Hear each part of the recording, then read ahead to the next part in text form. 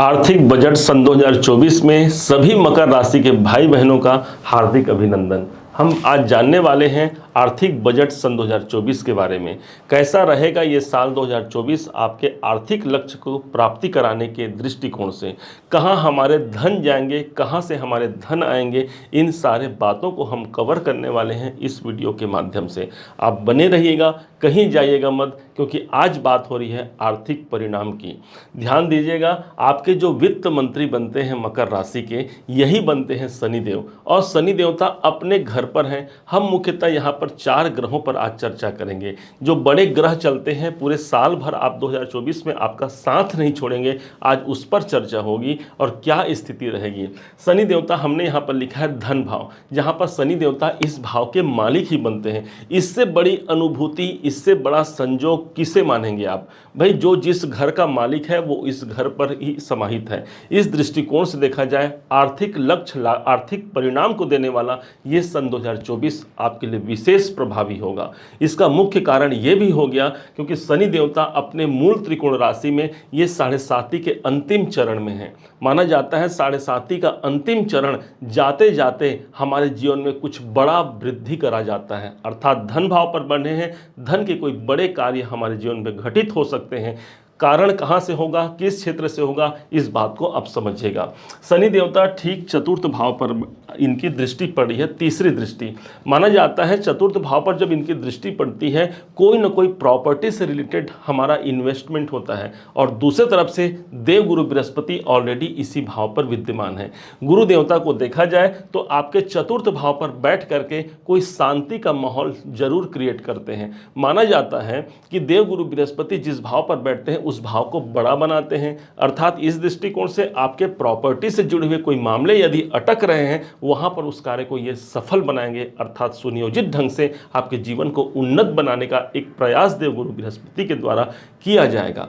दूसरे तरफ से आप समझिए कि यही देवगुरु बृहस्पति ठीक 1 मई सन 2024 से लेकर के पूरे 2024 के अंतिम तक ये एक घर आगे चले जाएंगे, अर्थात ये चले जाएंगे आपके पंचम भाव पर।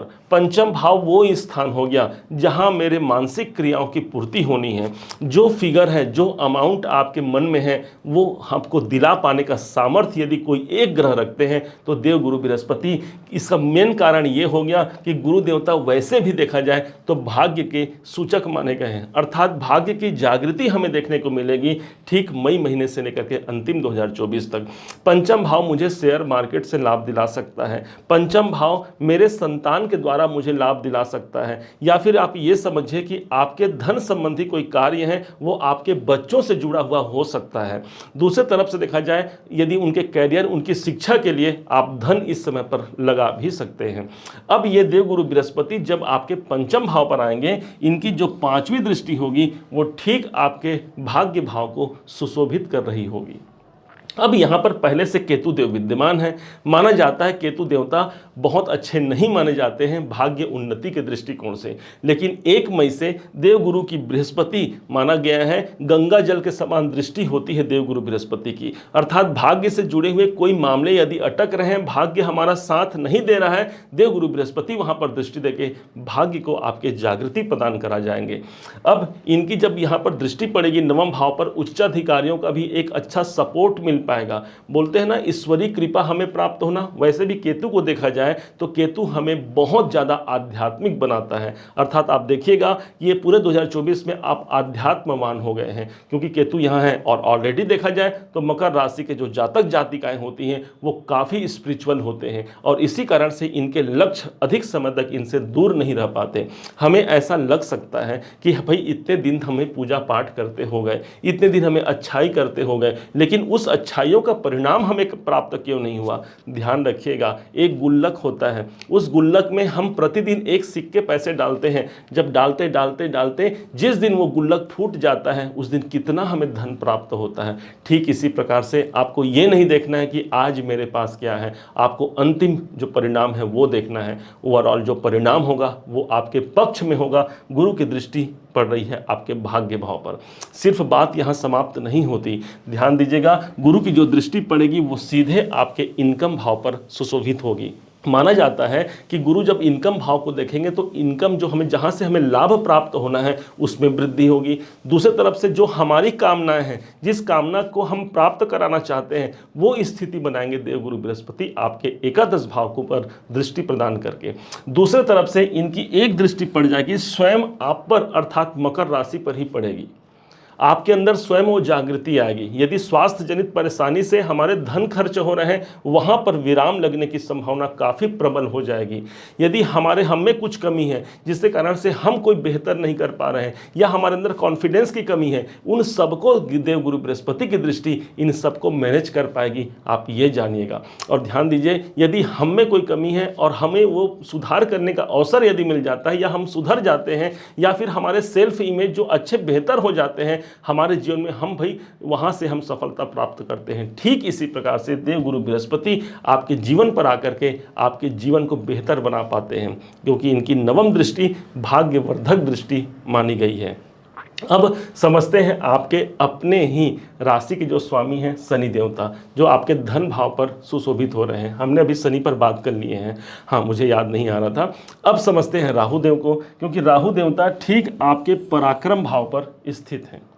राहु के इस पराक्रम भाव पर स्थिति को आप ऐसा समझिए, राहु, हमने पहले ही कहा था अपने पूर्व वीडियो में, आपने उसे देखा होगा कि राहु तीसरे घर पर इनका बहुत ही पसंदीदा स्थान होता है राहु का। अर्थात राहु के पास भूख होती है। आपके जीवन में भूख किस चीज़ की होगी? अपने जीवन को भाग्योन्नति कराने के लिए। मैं एक ऐसे मुकाम पर पहुंचना चाहता हूं जहां मेरे जो चाहने वाले हैं या जो मेरे विरोधी हैं उन्हें भी पता चल पाए कि हाँ भाई मैं भी कोई चीज़ हूँ, अर्थात मैं भी कुछ दम रखता हूँ अपने जीवन में। ये दम दिखा जाने का समय होगा सन 2024। राहु की दृष्टि जब आपके भाग्य भाव पर पड़ती है, भाग्य से हमें धन की प्राप्ति होती है। इनकी एक दृष्टि पड़ेगी सीधे आपके सप्तम भाव पर इनकी दृष्टि होगी। सप्तम भाव दसम भाव से दसम भाव होने के कारण आपका कर्म क्षेत्र है, आपका व्यापार है, तो व्यापार में यहाँ पर बढ़ोतरी। व्यापार में कई प्रकार से यदि आप उतार चढ़ाव की स्थिति से जूझ रहे हैं, आप अपने कर्म क्षेत्र में उस कर्मों का प्रतिफल नहीं पा रहे हैं, 2024 आपको दिलाएगा, आप ऐसा मानिएगा। राहु के पास कोई लिमिट नहीं है, जितना अनलिमिटेड कार्य है वो सब के सब राहु है। अर्थात कार्य क्षेत्र में आपके इतने ज़्यादा प्रेशर आएंगे, आप बहुत ज़्यादा काम प्राप्त कर पाएंगे अपने बिजनेस में, या फिर नौकरी में आप चाहते हैं उस मुकाम को हासिल करना, वो मुकाम भी आपको राहुदेव निकाल कर दे जाते हैं।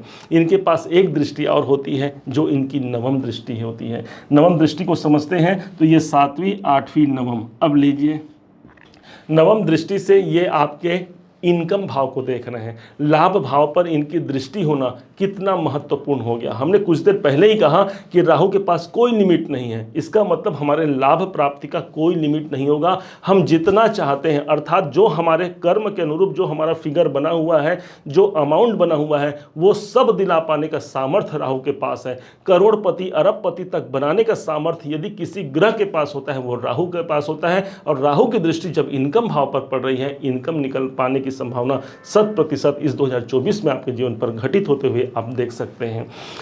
अब उपाय के रूप में समझते हैं कि कैसे इस 2024 को हम और बेहतर बना पाएं, कैसे अपने आर्थिक लक्ष्य को प्राप्त कर पाएं। पकड़ लीजिए अपने धनेश के चरण को। आपके जो धनेश बनते हैं ना, आपके जो राशि के स्वामी बनते हैं ना, यही है शनिदेव। और शनिदेव स्वयं अपने घर पर विराजमान है। शनि के लिए सबसे अच्छा जो उपाय होता है वो मुझे जो लगता है वो है पीपल वृक्ष की पूजा करना।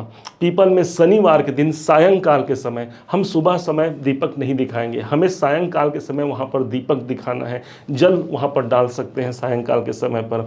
जब वहाँ पर हम दीपक प्रज्वलित करते हैं, शनि देवता से प्रार्थना करते हैं, उस वाइब्रेशन के कारण, पीपल वृक्ष सबसे ज़्यादा ऑक्सीजन देने वाला एक पेड़ माना गया है, उस वाइब्रेशन के कारण जो आपके अंदर आपके जीवन में जो बाधाएं परेशानी बनी हुई हैं उससे आप मुक्त हो पाते हैं, वहाँ से आपको सफलता दिखने प्रारंभ हो जाती है। ये कार्य जरूर कीजिएगा। ये शनि देवता सदैव की भांति आपके जीवन को अनुकूल बनाएंगे। भाई कितने दिनों तक करें, ये प्रश्न उठ सकता है। 11 शनिवार तक निरंतर करते रहिए इस दीपक दिखाने की प्रक्रिया को। और हम तो कहेंगे यदि जीवन पर्यंत आप इसे अपना लें तो भाई ये आपके वित्त मंत्री हैं, धनेश हैं, हमेशा के लिए आपके आर्थिक मामलों में आपको सफलता दिला करके ही रहेंगे। उम्मीद है आप सबने इसे समझा है, आप सबने इसे जाना है। यदि आपने इसे समझा है, जाना है, मेरे समझाने का प्रयास यदि आपको सार्थक लगा हो, मेरे समझाने का तरीका यदि आपको सार्थक लगा हो, तो हर बार की भांति इस बार भी अपना प्यार भरा लाइक और कमेंट करना कभी मत भूलिएगा। और हाँ, यदि अभी तक आपने चैनल को सब्सक्राइब नहीं किया है, सब्सक्राइब भी कीजिएगा। पुनः एक बार फिर आप सभी का दिवस बहुत मंगलमय हो, इन्हीं शुभकामनाओं के साथ। जय श्री राम।